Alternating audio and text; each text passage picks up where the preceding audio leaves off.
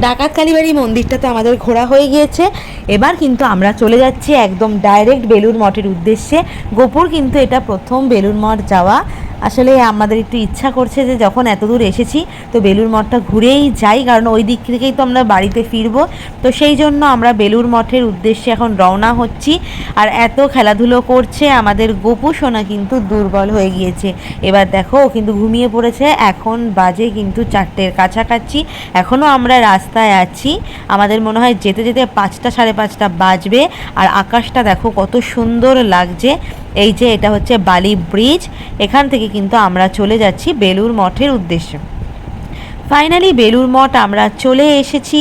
বেলুড় মঠে এসে দেখো কত সুন্দর লাগছে। আর এখানে আমাদের গোপুরও কিন্তু ঘুম ভেঙে গিয়েছে বেলুড় মঠে আসার সাথে সাথে। এইবার দেখো ওর বাবা ওকে কাঁধের ওপরে উঠিয়ে নিয়ে বেলুড় মঠটা ঘোরাচ্ছে। তোমরা তো সবাই জানো যে গোপুর বাবা গোপুকে কাঁধে নিয়ে ঘুরতে একটু বেশি পছন্দ করে।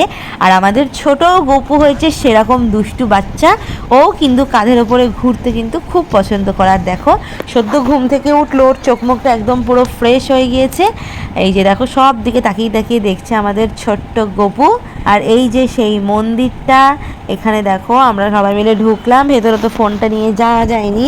আর ওখানে জানো তো ভেতরে গান হচ্ছিল ঠাকুরের। আমাদের গোপু কিন্তু চুপটি করে শুনছিল, একটুও দুষ্টুমি করেনি, একটুও কান্নাকাটি করেনি। গোপুর কিন্তু এই বিষয়টা বেশ ভালো। ও যদি নতুন কোথাও যায় চুপচাপ করে সব কিছু অবজার্ভ করে। মন্দিরের পাশে যে মাঠটা রয়েছে তোমরা তো সবাই জানো, ওখানে কিন্তু গোপুর সাথে একটু খেলাধুলা করা হচ্ছে। তো এইভাবে কিন্তু আমাদের গোপুর সাথে একটা সারাটা দিন আমরা ভীষণ মজা করলাম। ছোট বাচ্চাদেরকে হয়তো এইভাবে একটু ঘুরতে নিয়ে বেরোলে ওরাও একটু মনের দিক থেকে খুশি হয়।